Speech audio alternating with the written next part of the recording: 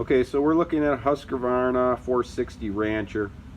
I've owned this saw for about 5 years. It cuts about 6 full cords of wood a year, sometimes 8 depending on the weather. It gets pretty cold here in Michigan some days. And as you can see, it's a 2012 made in Sweden Husqvarna. The issues I'm having is the oiler is not working correctly. I'm not getting the flow I should, and also the harmonics in the clutch have changed. I can hear something's going on. It's a little rough sounding. It's not as smooth as it used to be when it was brand new. So we're gonna go ahead and we're gonna tear this thing apart and take a look. Okay, so the first thing you want to do is blow this thing off with the air compressor or whatever you got. Clean it up as best you can. There's going to be a lot of dust and debris all over this thing, and you want it clean as possible. So I went ahead and I did that, and I removed the bar. I removed the bar by removing these two nuts, and I just loosened them up, and then I loosened the tensioner and loosen that up, finish removing the bolts, and this slides off pretty easy. And that's what your brake looks like with your adjuster. Another thing is make sure that you have it free. You don't want your brake on. It's going to be kind of hard to take off if your brake is on. Okay, the next step is I removed the top cover here by turning out 3 bolts. Be one here, one there, and one there, and then it just slides right up.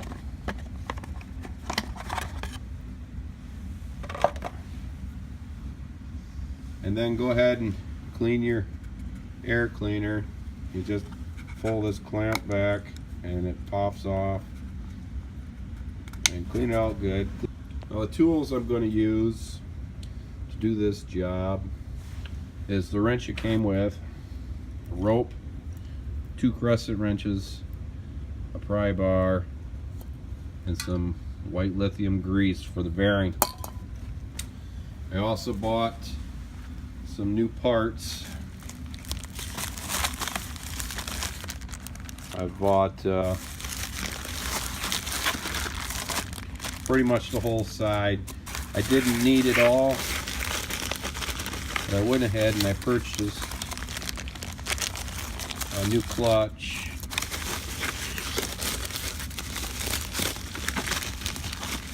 and the new clutch, if you buy a new clutch, it does come with not the clutch, but the clutch drum. It does come with a new needle bearing in it. I will not be installing those unless I have to. I will keep them for spares. I also got 2 oilers, and we'll take that out and show you what that looks like. And they're just plastic, and they're made to fail. And I got a needle bearing so I can try to use the same clutch. And I bought these from this place here, Irreplaceable Parts. I'm not a big fan of their company. They do a one size pack, ships it all at $5.50. Everything was stuffed in there. The bearing had no foam around it, so I can only imagine what it went through to get here. But I guess the positive note is that these are genuine parts for Husqvarna. Okay, so to get this clutch off, which is this thing here, to get this off, what we're going to do is we're going to remove this plug, and this is the original plug. As you see, it's Husqvarna. See some yellowing on it, so it obviously got hot. And It's not terrible, but it's most likely giving a pretty weak spark. So I'm going to go ahead and I'm going to replace it after this project is completed. And I'm going to replace it with this one here. It's an E3.12 E3. It's got a split end on it, and I bought it at Tractor Supply. It was $5.99. It's supposed to improve the efficiency of fuel. And when it comes to a two-stroke, you want a good burn. You want that fuel to burn up good. So we went ahead, we got the plug out, and I can see that the piston's right at the top.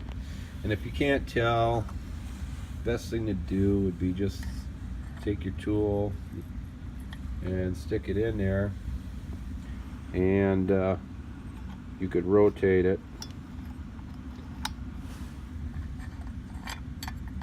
until your piston is down all the way. Get that piston down all the way. You can see it coming up, you can see it going down, and like I said, if you can't tell, just stick a screwdriver in there and just be careful. You don't want to damage the piston. And then what we're going to do is we're going to take this rope here and we're just going to fill it in the cylinder. And we're just going to stuff as much as we can in there.